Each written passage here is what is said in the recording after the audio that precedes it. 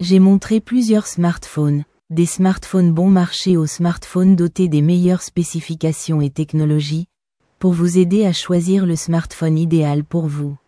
Mais aujourd'hui, nous allons voir les spécifications d'un smartphone avec beaucoup de potentiel. Mais d'abord, abonnez-vous à la chaîne car j'apporte de nouveaux produits chaque semaine. Voyons les spécifications de ce smartphone. Il s'agit du Realme 14X, avec un écran de 6,67 pouces, de 120 Hz. Résolution de 720 par 1600 pixels, avec un ratio de 20/9. Il dispose d'un processeur MediaTek Dimensity 6300, avec 8 cœurs, jusqu'à 2,4 GHz. Avec un processeur graphique Mali G57. Et il peut avoir une capacité de stockage de 128 Go et 8 Go de mémoire. L'appareil photo principal est de 50 mégapixels, il enregistre des vidéos en haute définition, au ralenti jusqu'à 60 images par seconde et dispose de la technologie High Dynamic Range. La caméra frontale est de 8 mégapixels et enregistre des vidéos en haute définition. Il dispose de connectivité 5G, Wi-Fi 6, Bluetooth 5.3, GPS et d'une connexion USB 2.0, de type C, pour charger la batterie et transférer des fichiers vers l'ordinateur. Mais il n'a pas de NFC. Pour le déverrouiller, il dispose d'un lecteur d'empreintes digitales sur le bouton latéral, et d'une reconnaissance faciale. Il dispose d'une batterie de 6000 mAh, avec une charge de 45 watts, qui charge la batterie en 90 minutes. Mais il n'a pas de charge sans fil. L'écran est protégé contre les impacts de chute. Ce smartphone est fabriqué en plastique, certifié IP69 résistant à l'eau et à la poussière, et pèse 197 grammes. Vous pouvez mettre une carte nano SIM pour la communication et une carte microSD pour étendre la capacité de stockage. Il s'agit d'un smartphone avec une technologie de base et des spécifications minimales, il est donc bon marché et adapté à un utilisateur normal. Mais ce n'est pas le smartphone que je recommande si vous avez besoin d'un smartphone performant et polyvalent. Les smartphones sont devenus un appareil indispensable dans nos vies, en raison de leur polyvalence, de leur commodité et de leur capacité de communication. Mais avec autant de smartphones différents, il peut être difficile de choisir quel smartphone acheter. Car il faut prendre en compte plusieurs caractéristiques, la taille de l'écran, la quantité de mémoire, la vitesse du processeur, la résolution de l'appareil photo, la connectivité ou les capteurs dont il dispose. Mais je vais vous expliquer toutes ces caractéristiques, afin que vous sachiez comment choisir un nouveau smartphone.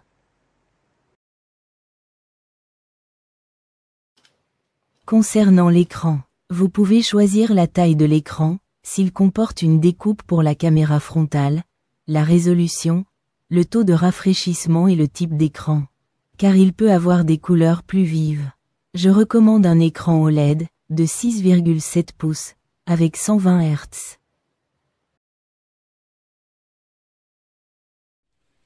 Le processeur est très important, car plus il est rapide, plus le smartphone fonctionnera rapidement et plus votre interaction sera fluide. Un processeur peut avoir plusieurs cœurs, de la vitesse et un processeur graphique intégré, ce qui est très important pour les jeux. Je recommande qu'il soit équipé d'un processeur MediaTek ou Snapdragon, avec au moins 6 cœurs à 2,4 GHz. La mémoire RAM est la mémoire sur laquelle se trouvent toutes les applications lorsque vous utilisez votre smartphone, donc si vous avez normalement beaucoup d'applications ouvertes. Vous devez avoir beaucoup de mémoire. Et vous pouvez choisir entre 4 et 24 Go. Je vous recommande de choisir avec au moins 8 Go, mais si vous jouez sur votre smartphone, vous aurez peut-être besoin de plus.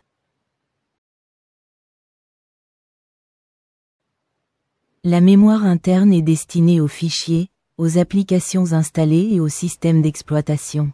Un smartphone peut avoir entre 64 Go et 1 Teraoctet de capacité. Je recommande de choisir un smartphone avec au moins 128 Go, mais si vous enregistrez des vidéos et des photos, vous devriez choisir 256 Go.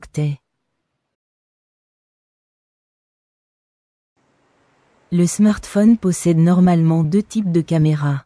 La caméra arrière et la caméra avant. La caméra arrière est la principale, de meilleure qualité, et peut avoir 4 caméras différentes.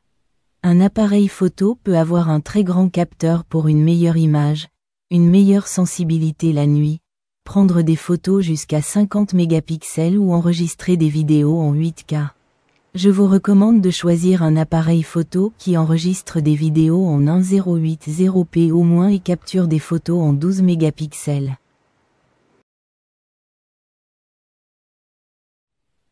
La caméra frontale vous servira normalement à passer des appels vidéo. Mais elle peut prendre beaucoup ou peu de place sur l'écran. Elle peut avoir 32 mégapixels et enregistrer des vidéos 4K. Mais pour les appels vidéo, une caméra 720p suffit.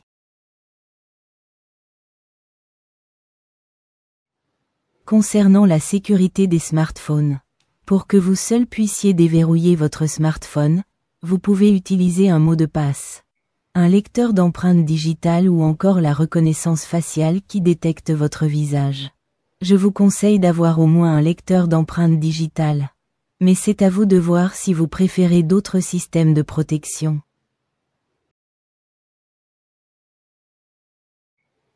Concernant la connectivité sans fil. Le smartphone est connecté à Internet via les données mobiles ou le Wi-Fi. Actuellement, la 4G et la 5G sont les plus courantes. Mais la 6G sera la prochaine génération. Pour vous connecter au Wi-Fi, vous pouvez avoir le Wi-Fi 5 avec une vitesse de 3 gigabits, ou le Wi-Fi 6 avec 9 gigabits. Et le Bluetooth pour communiquer avec les appareils à proximité. Je vous recommande de choisir un smartphone avec communication 5G, Wi-Fi 6 et Bluetooth 5.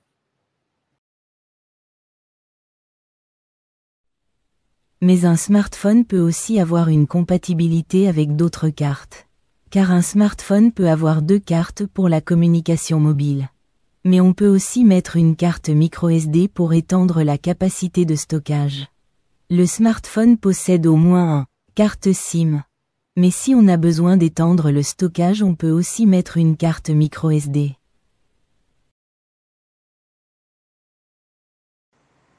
Sur les smartphones avec système Android, vous devez choisir la dernière version disponible, car la dernière version vous permettra de mettre à jour plus longtemps, comme par exemple les mises à jour de sécurité, l'installation de nouvelles fonctionnalités, la compatibilité avec les applications ou la mise à niveau vers une nouvelle version. C'est pourquoi je vous recommande d'acheter un smartphone avec la dernière version disponible du système d'exploitation. Et ce sont les principales spécifications et technologies que vous devez prendre en considération pour choisir le smartphone idéal pour vous.